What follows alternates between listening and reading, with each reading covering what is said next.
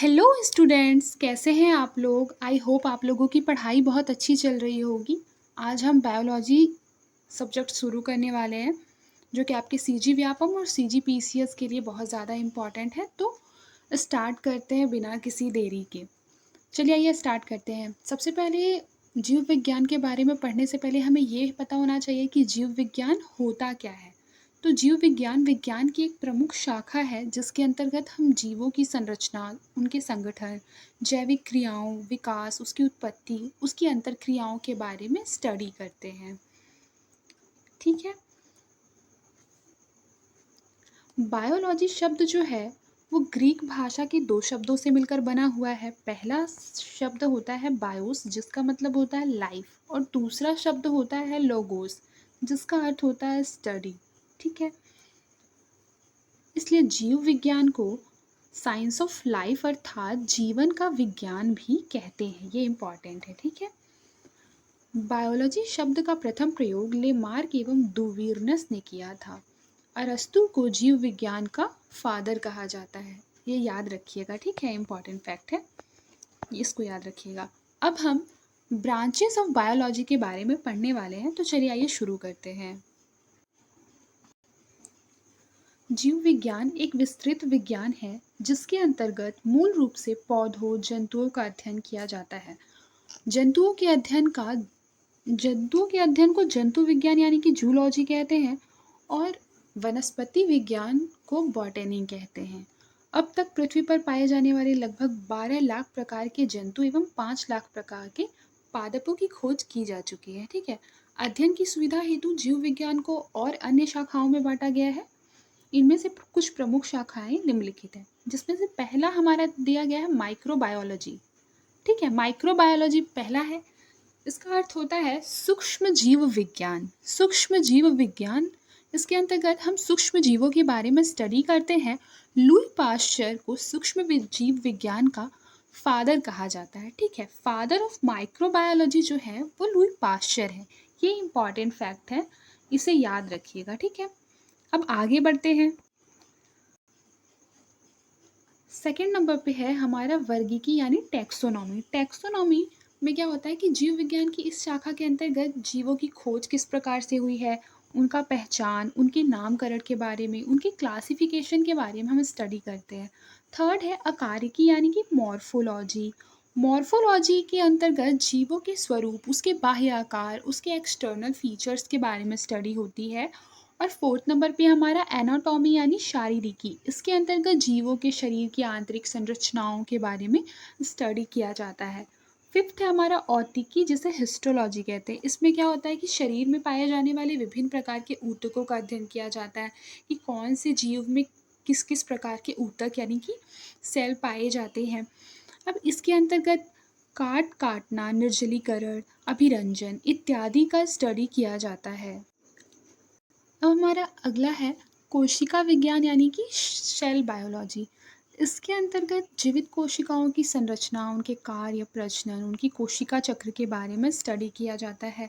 फिर अगला है बायोकेमिस्ट्री। बायोकेमिस्ट्री के अंतर्गत क्या किया जाता है कि जीवों के शरीर में पाए जाने वाले जितने भी रासायनिक पदार्थ यानी कि कार्बोहाइड्रेट, लिपिड, प्रोटीन, एंजाइम्स और विभिन्न प्रकार के हार्मोन्स के बारे में स्टडी किया जाता है।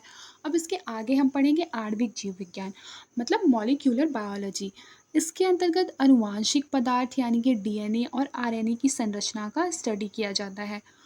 फिर नेक्स्ट है कारिकी यानी कि फिजियोलॉजी। फिजियोलॉजी में क्या होता है कि जीवों में होने वाले डिफरेंट टाइप्स के जैविक क्रियाएं जैसे कि श्वसन, उत्सर्जन, पाचन, प्रकाश संश्लेषण, इसके बारे में स्टडी किया जाता है।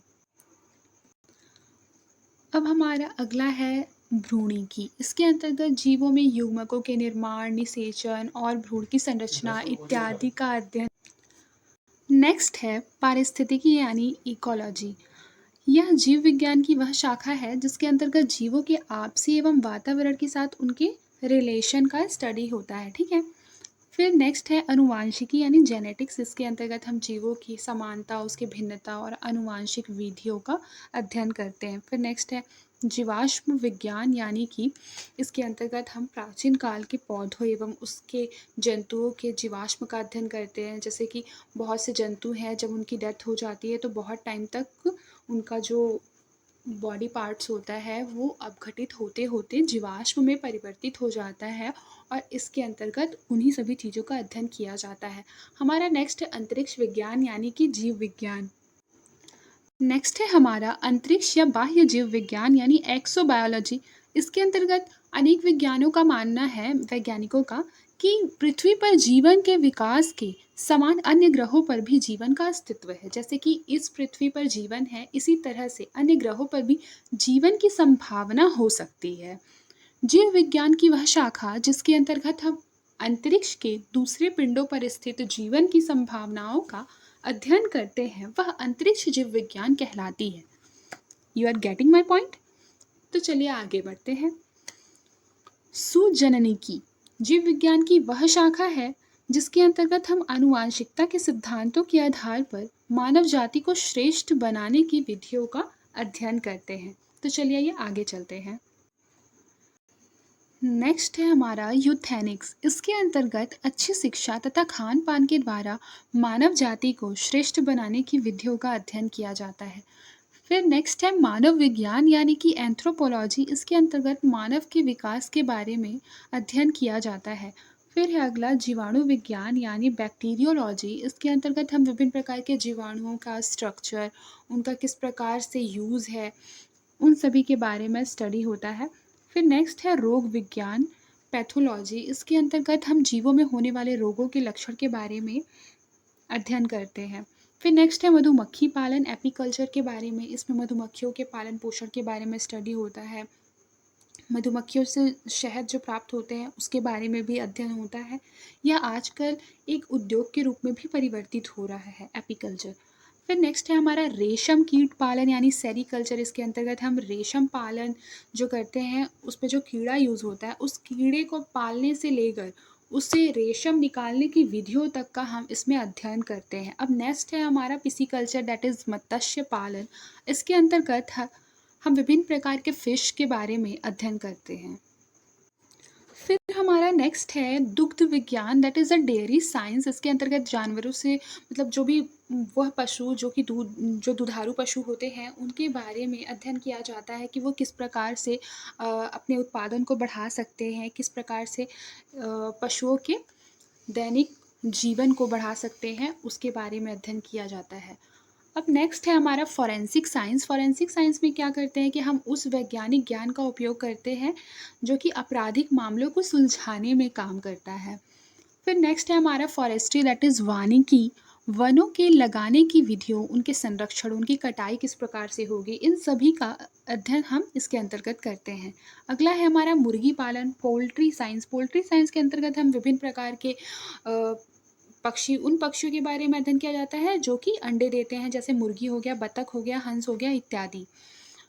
आगे हमारा है जैव भैषजिक यांत्रिकी। इसके अंतर्गत हम कृत्रिम अंगों के निर्माण के बारे में अध्ययन करते हैं। अब फिर हमारा नेक्स्ट है अनुवांशिक अभियांत्रिकी। इसके अंतर्गत हम जीव के अनुवांशिक पदार्थ का समावेश दूसरे जीव के अंदर कराकर उपयोगी पदार्थ के उत्पादन के तरीकों का अध्ययन करने के लिए इसका यूज़ होता है। फिर हमारा नेक्स्ट है पशु विज्ञान। पशु विज्ञान के अंतर्गत हम पालतू पशुओं के रखरखाव, उनके स्वास्थ्य के बारे में अध्ययन करते हैं। फिर हमारा कीट विज्ञान है। कीट विज्ञान के अंतर्गत हम कीटों के बारे में स्टडी करते हैं। मृदा विज्ञान के बारे में हम मिट्टी का अध्ययन करते हैं। जैसे कि मिट्टी भी बहुत टाइप की होती है, काली मिट्टी, लाल मिट्टी, दोमट मिट्टी, लैटेराइट मिट्टी, बहुत सारे टाइप के मिट्टी होते हैं। उन सभी के बारे में इसमें स्टडी किया जाता है। फिर इवोल्यूशन के बारे में, इवोल्यूशन में क्या करते हैं कि जीवों का विकास, उनकी उत्पत्ति किस प्रकार से हुई है, उसके बारे में हम स्टडी करते हैं। अब नेक्स्ट है हमारा वातावरण विज्ञान, एनवायरमेंटल साइंस।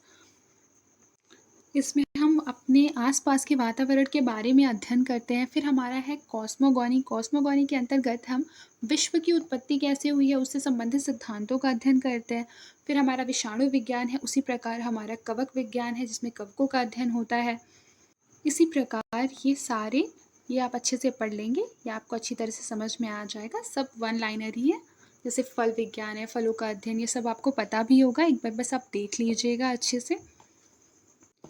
ये यहाँ पे कुछ इम्पॉर्टेंट फैक्ट्स दिए हुए हैं जो कि एग्ज़ाम के दृष्टिकोण से बहुत ज़्यादा इम्पॉर्टेंट है। चाहे आप यूपी पीसीएस दे रहे हो या सीजी पीसीएस दे रहे हो या किसी भी स्टेट का पीसीएस एग्ज़ाम दे रहे हो या फिर आप कोई भी एग्ज़ाम दे रहे हो जो वन डे हो, सबके लिए ये बिल्कुल मतलब इम्पॉर्टेंट फैक्ट है, ठीक है? जीव विज्ञान की शाखा और उसके जनक कौन हैं? जैसे कि हमने पढ़ा है जीव विज्ञान के जो जनक हैं वो अरस्तू कहे जाते हैं, जंतु विज्ञान के भी जनक अरस्तू कहे जाते हैं, आयुर्वेद के जनक चरक कहे जाते हैं, सूक्ष्म जीव विज्ञान के जो जनक है वो लुई पाश्चर कहे जाते हैं। ये बहुत इम्पोर्टेंट फैक्ट है, एक बार आप ये चार्ट देख लीजिएगा।